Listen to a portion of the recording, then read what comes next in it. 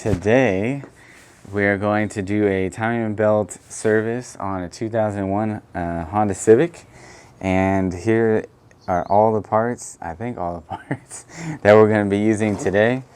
Let's see, well, let's start with the timing belt, the main item.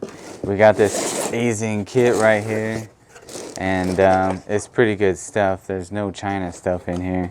We got the USA made timing belt. Then we got the bearing, which is the NSK, made in Japan. There we go. That's the tensioner bearing.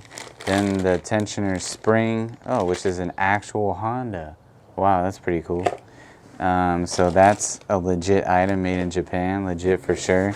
Then we also got a made in Japan water pump, which some of those other kits throw in a China water pump, so that's why we went with this kit. It's got a gasket, nice looking pump. All right, and then in case you forgot where your parts came from, there's your label for the timing belt service you can put on the engine. So yeah, that's the main component kit, and then we got some other associated parts here. We have the with Bando, which are made in USA, good quality accessory belts there. And then we got the original NGK laser platinum. There's lots of other plugs you could use. The parts stores will tell you that there's other plugs that are recommended for it, but this is the good original stuff right here. They're a little expensive. I think they were like, what, $8 or $9 each, but I think it's worth it. Keep it running right. And then we got the cam and crank seal. I believe that's crank, cam. Those are Beck Arnley, let's see, Taiwan and Japan. Should be good. Then we also got our valve cover set with, looks like there's 2 different style spark plug tube seals. So they give you just 8 of them. And then we also have the grommets and the valve cover gasket itself, which will all be useful because we have to remove the valve cover, of course, to do the timing belt job. And I think I see some stuff seeping out of there. Forgot one thing. This is another key item that came in this kit. This is the little distributor plug cap seal that is where the older versions of this engine used to have a distributor. Now it has this cap, which ours is definitely leaking because there's an O-ring on there that hardens up and goes bad. So yeah, that's a good point. This one has the tube seals, the grommets, the valve cover, gasket itself, and the distributor plug. So that's the complete setup that you'd want to have to make sure that you don't have any leaks when you put this all back together. A lot of times you'll get just the tube seals and the gasket, or I think sometimes even the grommets and the gasket, I don't know. But this is a nice complete kit here. So I think that's about it. Alright, so one of the first things we're going to do is, because we're taking out the water pump, we need to drain the coolant. So the drain, there's an opening for the drain right behind the bumper cover. There's an opening that goes through the plastic, what language am I talking? The plastic undercover. Alright, let's see.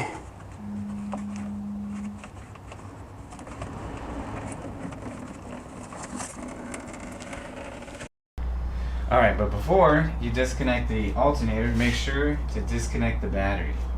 The easy way to do that is just disconnect the negative, set it aside, make sure it doesn't touch the terminal. Alright, so we used our 19mm socket to take off our lug nuts and remove our wheel and hubcap. And of course, after we jacked up the car and safely mounted it on jack stands. And then this is just a quick little access point here, taking out these clips so that we can get to the crankshaft pulley area. Let's see, these are kind of sticky. I think it might actually help now. Whoa, look at that. So the hose removal plier actually works good for clips too. And then you can just push it down, get it out of the way. See, now we'll have access to like the crankshaft bolt, taking off and reinstalling the belt, stuff like that. So yeah, now we're gonna go back up top and get to the valve cover area. So we're in the valve cover area here, and we gotta take all this stuff off because the valve cover, it holds the front timing cover on, and of course we need to remove that to get to the belt. So we gotta start here. And let's see, so taking all this stuff off. On the older ones didn't have all this, but there's more fun with this coil on plug setup. So you just twist these 90 degrees, these two plastic screw type things. Set that aside.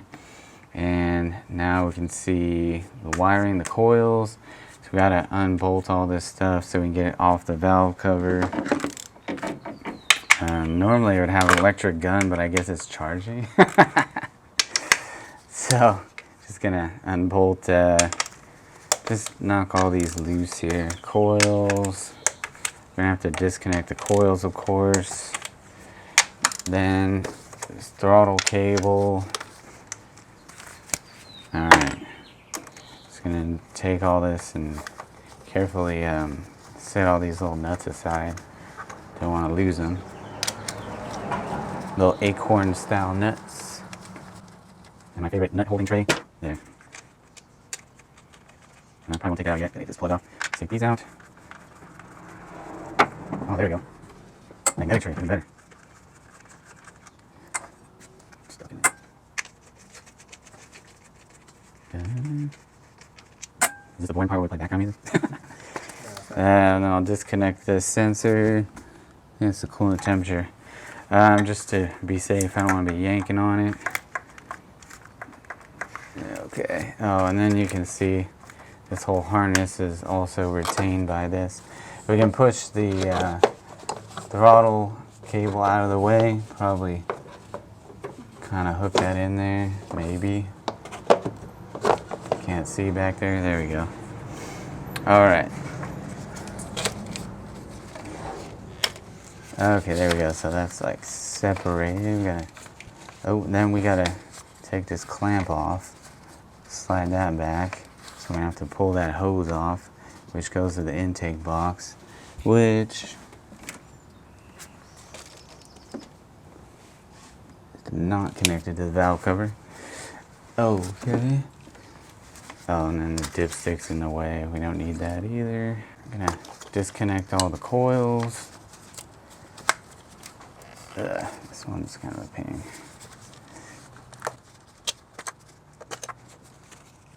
Now this is clipped in here. Ooh, there we go. You can pull it out of the retaining clip. That helps a little bit. There we go. So we can take all the coils out.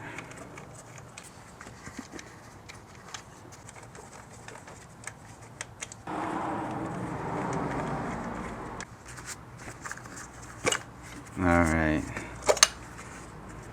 And, you know, just... Ooh, interesting. Let's keep these in order just to be on the safe side. Okay, so then we gotta take, there's 1, 2, 3, 4, 5. Oh, by the way, I've been using a 10mm socket for all of this. All these were 10mm.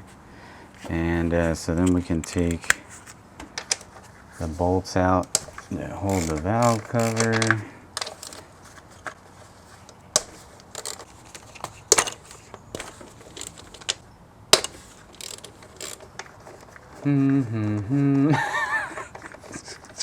I think that's all the way out. Yeah, it is.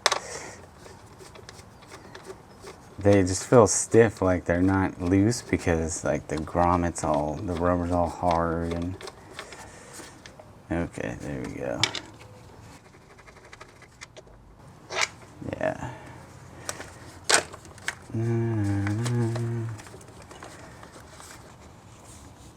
Yeah, I think it's just stuck in there because of the grommet. Okay, so there's these brackets here. There you go.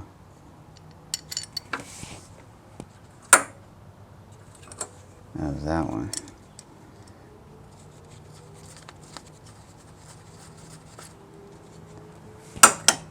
So that was a little retainer bracket for the AC line, but, oh look, there we go.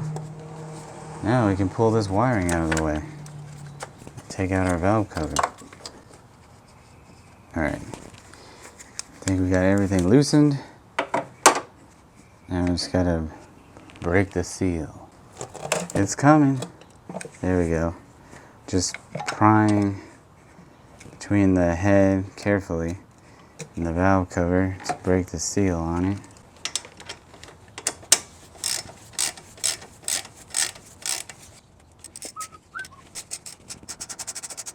Oh, okay. So you got another bolt with this other support for the AC line. Okay. The way this hose is holding on to it, and the way that this hose holds this on, it's making it so it doesn't want to come out. Taking the air box out.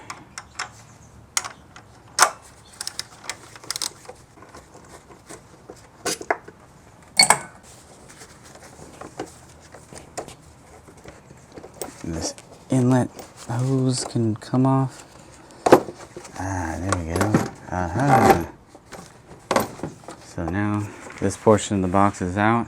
Oh, there we go.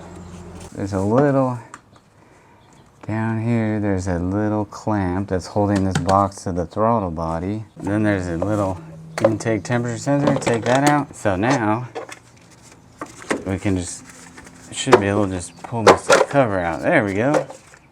Lovely. Oh, almost. And there's, everything's such a tight fit on this version of the D series. There we go. All right, while we're up here, just gonna get to something that's pretty simple and easy. Just using a flat screwdriver to pry out that little end plug. Whoa, you can see all the oil. Whoa, let's soak that up.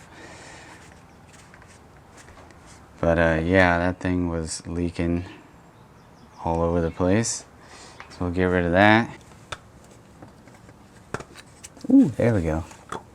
So that was a tight fit. And yeah, just by pushing on the prongs with a flat screwdriver, I was able to get it through the opening and pop it in. All done.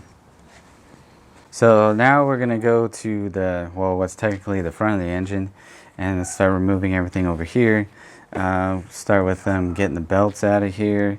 The power steering pump looks like it's mounted by this nut down here. It's kind of a tight fit. There we go. All right, so then the wing nuts that actually holds the tension or adjusts the tension on the belt, and then it's locked in place with this little nut back here. Oh, there we go. You can see it kind of move. Okay, so now you can loosen the wing nut.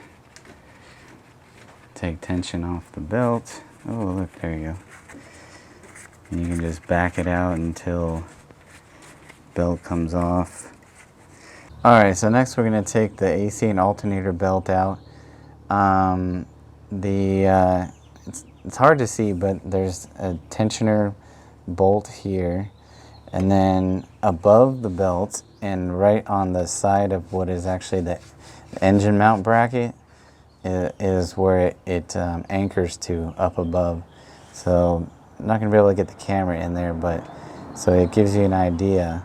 Actually, we'll try to shoot this from up above, so when I'm doing it, you can get a better idea of where it's at.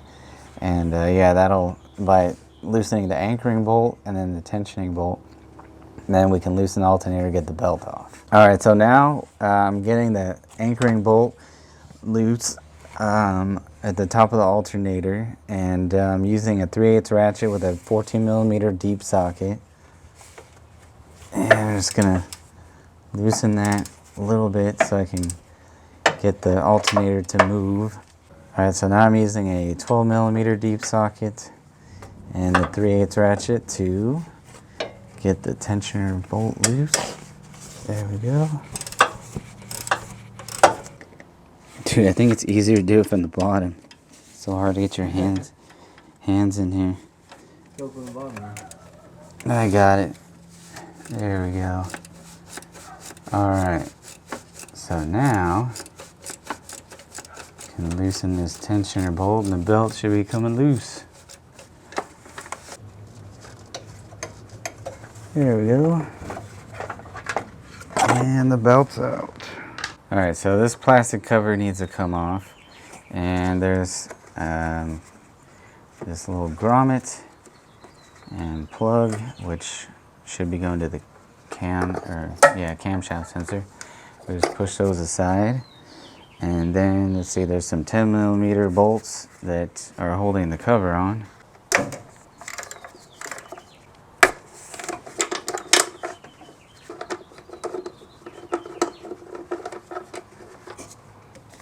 Alright, there we go.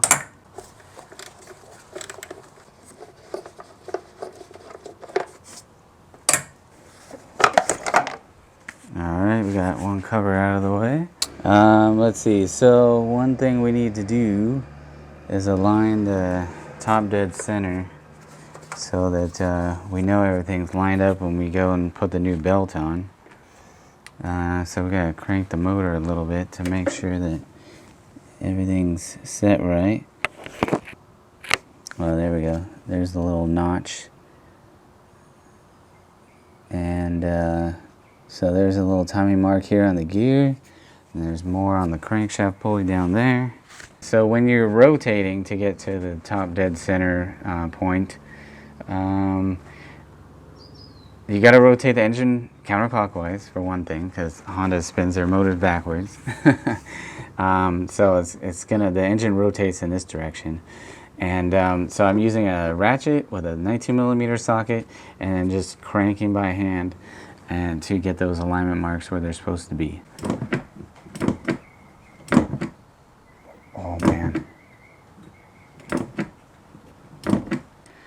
Okay, so now before we go any further, we're making sure that the cam gear and we're making sure that we're at top dead center, basically.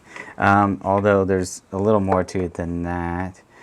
So here's the 0, which is actually the top dead center for the crankshaft here.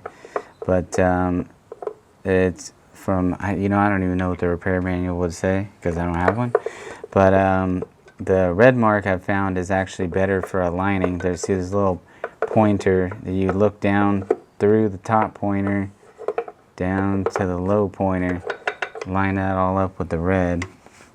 But yeah, so when the red mark is aligned with the pointers, then you'll see that the cam gear up on top has two other, are you focusing on that? Okay, so there's two little marks on the sides of the cam gear, and then you know you're in the right position when you see up is obviously pointing up. So up should be vertical, like perfectly vertical, and then these two marks should be perfectly horizontal. If you line up the crankshaft with the pointer on the white mark, this is all gonna tilt this way, and it's gonna be, to me, at least, I found that that's a little trickier to align. It's a little more confusing. It's much easier to mess that up. So when you go by the red mark down here, and then the level marks here, or horizontal marks, then you should be all set to go ahead. And then we're going to take off the crank pulley, the lower cover, the top mount bracket here, and take the belt out. Alright, so we're getting to the point where we're going to take out the timing belt soon. But we're going to have to undo the bracket that ties the engine mount to the engine. So the engine's going to want to sag. So I'm just putting the jack with a rubber pad under the oil pan because we're not putting too much force on it. So the pan will be okay. There you go. Oop, there you go. Just cranking it till I see the engine go up just a little. And that should be good right there. Oh! Look at that. Came out like nothing. It's the power of the big gun. Alright, so we got our crankshaft bolt out, and when we were trying to get it loose, the engine did rotate a little bit, so double check that before you go any further. Make sure that your alignment marks are still where they need to be, or adjust them back to where they're supposed to be. And then, so what we're going to do now is take out this engine mount bracket. It uses a 17mm socket, well, deep socket for those two. Oh, and I don't know if we, I think we mentioned this earlier, but we supported the engine with the floor jack, because right now it would be sagging. And so yeah, this is where you definitely need the deep socket right there.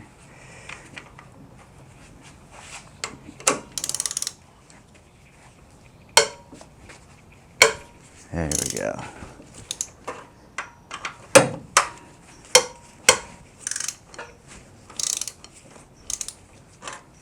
Ooh, there we go.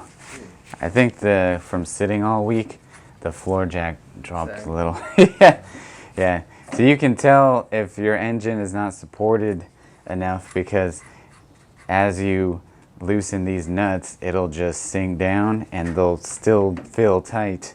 You won't be able to just spin them off. So that's why I had to jack the engine up a little bit. We've had it sitting for a few days, so the jack sank a little bit. But yeah, there you go. Hopefully you don't have rust and junk. And you can just spin them off like this. There we go. So next, to get better access and to be able to slide the belt off, well, first we're going to take this mount out, which is 1, 2, 3 bolts that use a 14mm socket. And then once we have room, well, there's 1, 2 bolts, and then there's another one back here that's connected to the alternator. So I'm going to take that out as well, and then we'll be able to get our belt off.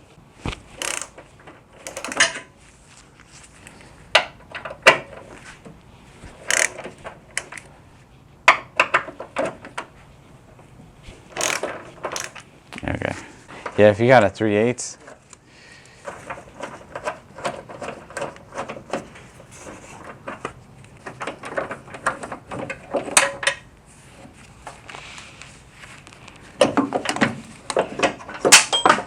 So there's a bolt down at the bottom, there's a bolt at the top, and then there's this tensioner bolt. Just going to take all these out so we can set the power steering pump out of the way and get access to the bracket down here. Oh, there you go. And we just got this bolt at the bottom.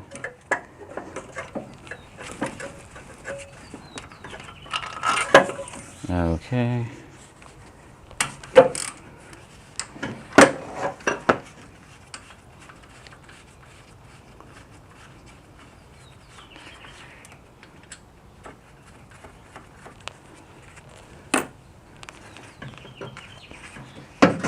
Oh, there we go. Wow, look at that.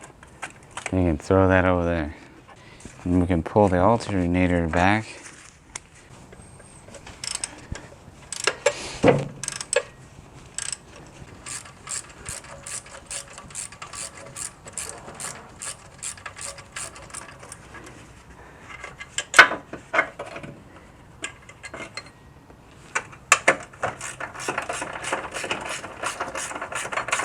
Well, it's not like what we're doing isn't working.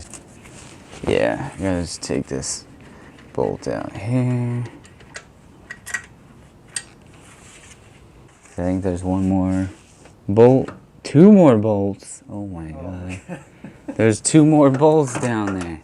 So you just gotta squeeze that plug and pull it out. There we go. And there we go.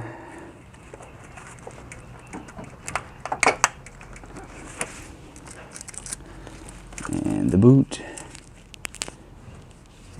think that's a 10.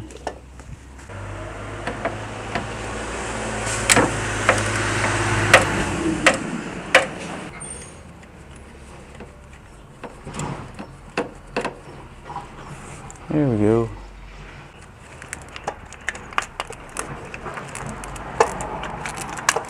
Yay. Jeez. So in this step, all we're gonna do is slide off the pulley, but be careful, the little key is probably gonna fall out and you don't wanna lose that. You definitely need it. So you can see where the key goes. There's a slot in the crankshaft and a slot in the pulley, and it's gotta slide in between to keep them locked together. All right, we'll set that aside. Keep the key with that. Okay, then we gotta take this lower cover off, and there's still 1, 2, 3, 4 bolts with 10mm heads that need to come out.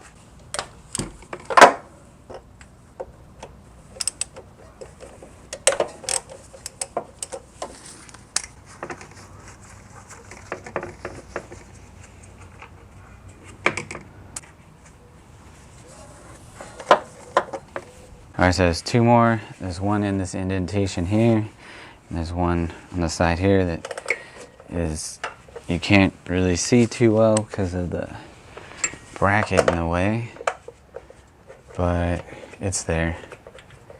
Oh yeah, if it was 200 something, the belt would probably be all cracked and stuff. Yeah, no, it's just pushed in there. Just doesn't want to come out. There we go. Alright, so we're just taking out these 2 side bolts for the bracket, the engine mount bracket / alternator bracket. Let's see what else is holding it in. This is a 14mm socket. Oh, and watch out, one's longer than the other. The bottom one was shorter, so bottom, top. All right, and then the last one is hiding back here under the exhaust.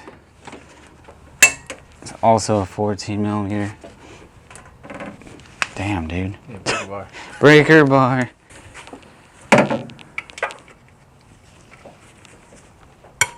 There we go. Oh, there you go. Now you can see it's actually coming loose. You actually can take this bracket out now. So that's another longer one. Oh. Wow. Alright. See, on the old Civics, this was the whole bracket right here. Alright, one quick little thing we're doing to make it easier to put the alternator back in is this pin right here. It moves because the alternator, well, basically, I don't know why they make it like that, but because this has a clamp down to hold the alternator, they use this slide pin because the alternator is not exactly the same width as this bracket. So this slide pin will make it so that it adjusts to fit. And then the thing you can do is if this pin gets pushed in, and then it makes it hard to wiggle the alternator and get it out. So you can push this out, and then it'll make it really easy to get the alternator in. So you can push it with some pliers, or if that doesn't work, maybe a clamp. I think it's as far as it wants to go. Okay, but yeah, so it's gonna make it easier to put our alternator back. Well, let's see, we could try it right now.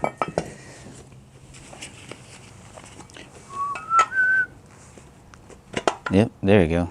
Goes right in. Easy. We're gonna take this tensioner spring off and then take the tensioner out. This is actually a cool little hook tool that works great for that. You might not have this, but it's definitely helpful in these kind of situations. You can just hook it into the end of the spring and then bam, just take it off. And then same thing, you can just do it in reverse and put it back on. It's really a helpful tool. Alright, so now we're gonna use a 14mm socket to get the, can you see in there? Yeah. To get the tensioner loose. Ooh, there we go. Oh yeah. Or a breaker bar with a short socket, if you can fit it in there, might be helpful. Alright, so you can see the tensioner moving around. Alright, so once we do this, we can take our old belt out. Let's see, yeah, alright, my gear looks good still. Just want to make sure nothing moved. Alright, so there's the tensioner and the bolt. Set that aside. Now we can take out the belt. And, oh, I lied. The little crank sensor is in the way.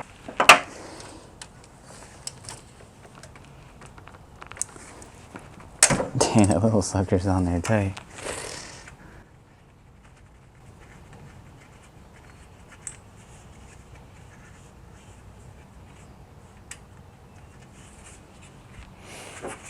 Yeah, see, now the belt comes right out.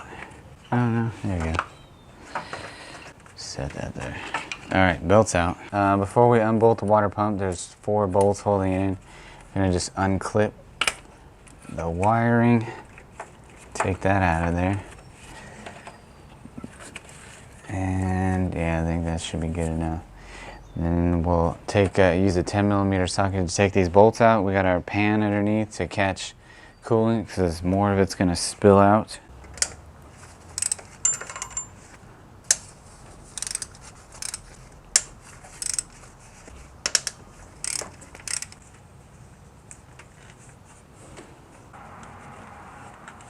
Alright, so this one here, you gotta remember that's a shorter bolt.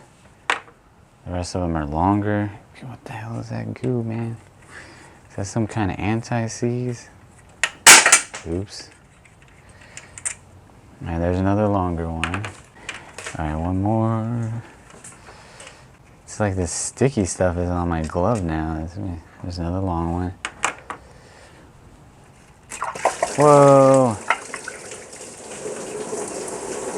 Yeah, that makes a nice mess. There's the old pump.